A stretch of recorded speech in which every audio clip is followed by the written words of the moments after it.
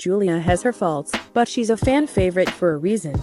And after she was so conciliatory towards Brandon's parents, it was a shock to see her be openly rude. And viewers were also stunned by Brandon's friend Melanie's hostility. Was all of this scripted for TV? The simplest answer is no, but the real answer is more complicated than that. We'll get into that in detail after we go over exactly what went down in this buzzer scene. Julia was already less than enthusiastic about meeting Brandon's friend Melanie. Some of it definitely seemed to be played up with a wink and a nudge, but some of Julia's unfriendly vibe came from a place of genuine, irrational jealousy.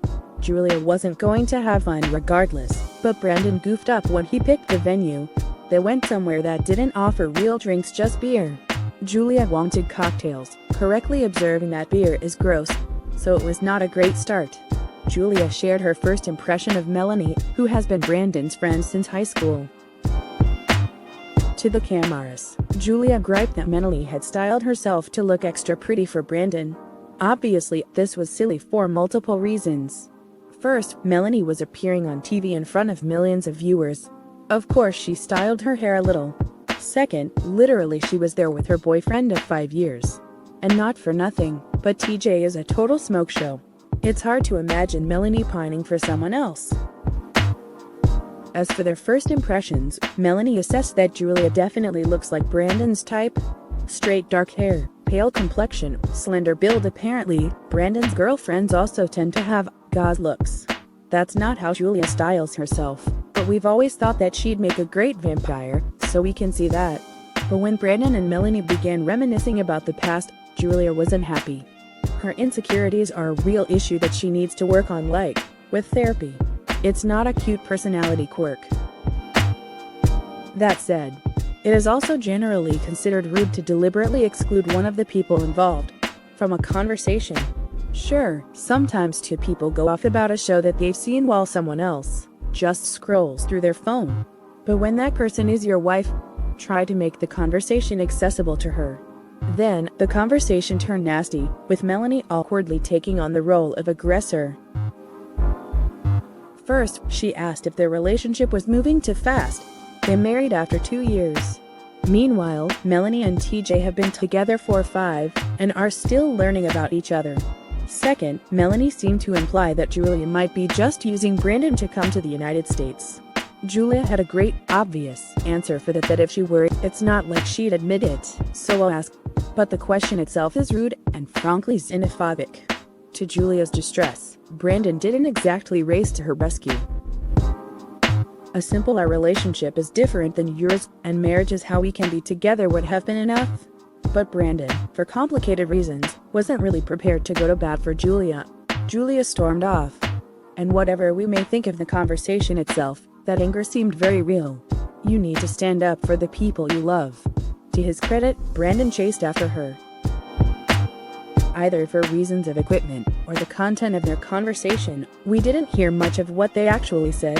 One reason that some of their talk may have been edited out was if they were acknowledging that the conversation was less than legit. Obviously, Julia has off-the-wall bonkers ideas about gender and friendships. These are toxic notions and something that she needs to unlearn. Therapy could be a great way for her to overcome these flaws that are making life worse for her and the people she cares about. It is linked to her jealousy issues, where even waitresses who have to smile as part of their job earn her ire. She and Rebecca Parra could compare notes on the baseless insecurities. But was this conversation real? But that doesn't mean that production does not infamously nudge events to get the results that they want. Years ago, David Tabaraki's friend, Chris Thieneman, had a horrible proposition for Annie. In front of his own wife, Chris asked Annie to pay him back for his hospitality with a massage.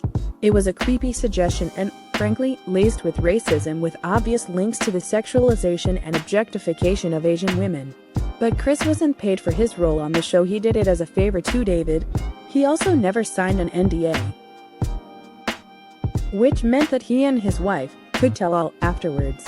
Chris and his wife confirmed that production had asked him to make the proposal to give David a dramatic scene, and it worked. Much more common is the infamous "are they just after a green card?" question asked by guest stars. Notably, several of Stephanie Davison's friends who appeared on the show spoke about how production prompted them to ask this. For hours, they described, production asked questions and got them to repeat themselves, to get the exact footage that they needed.